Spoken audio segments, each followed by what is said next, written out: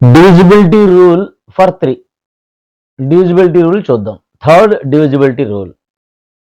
ఈ third divisibility రూల్లో ఏదైనా ఒక నంబర్లో డిజిట్స్ అన్నీ యాడ్ చేస్తే అది 3లో డివిజిబుల్ అయితే ఆ టోటల్ నంబరు 3లో డివిజిబుల్ అవుతుంది. If the sum of the digits of a number is divisible by 3, the number will be divisible by 3.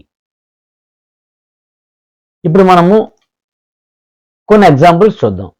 5, 9, 0, 1, 2, 1.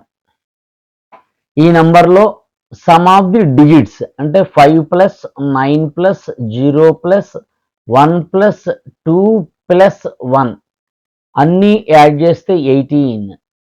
ఈ 18 3లో డివిజిబుల్ అవుతుంది. అంటే 18/3 6. ఈ 18 3లో డివిజిబుల్ అవుతుంది కాబట్టి ఈ టోటల్ ఈ నంబరు 3లో డివిజిబుల్ అవుతుంది.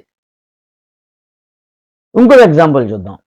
8, 9, 4, 3, 2, 2. Some of the digits of the number అంటే 8 plus 9 plus 4 plus 3 plus 2 plus 2 ఇవన్నీ యాడ్ చేస్తే అంత 28. ఈ 28 3లో డివిజిబుల్ అవ్వదు. ఈ నెంబరు 3లో డివిజిబుల్ అవ్వదు. Given number is not divisible by 3.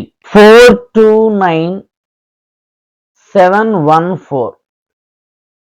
Some of the digits of the number 4 plus 2 plus 9 plus 7 plus 1 plus 4 27.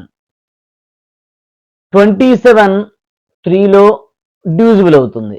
9 times divisible అవుతుంది. So given number is divisible by 3. ఈ నంబరు 3లో డివిజిబుల్ అవుతుంది.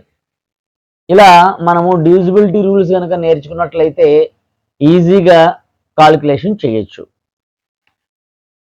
ఈ channel కనుక మీకు నచ్చినట్లయితే like చేయండి, share చేయండి, subscribe చేయండి.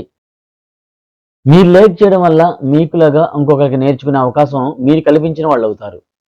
Please do subscribe, share, like and click on bell icon.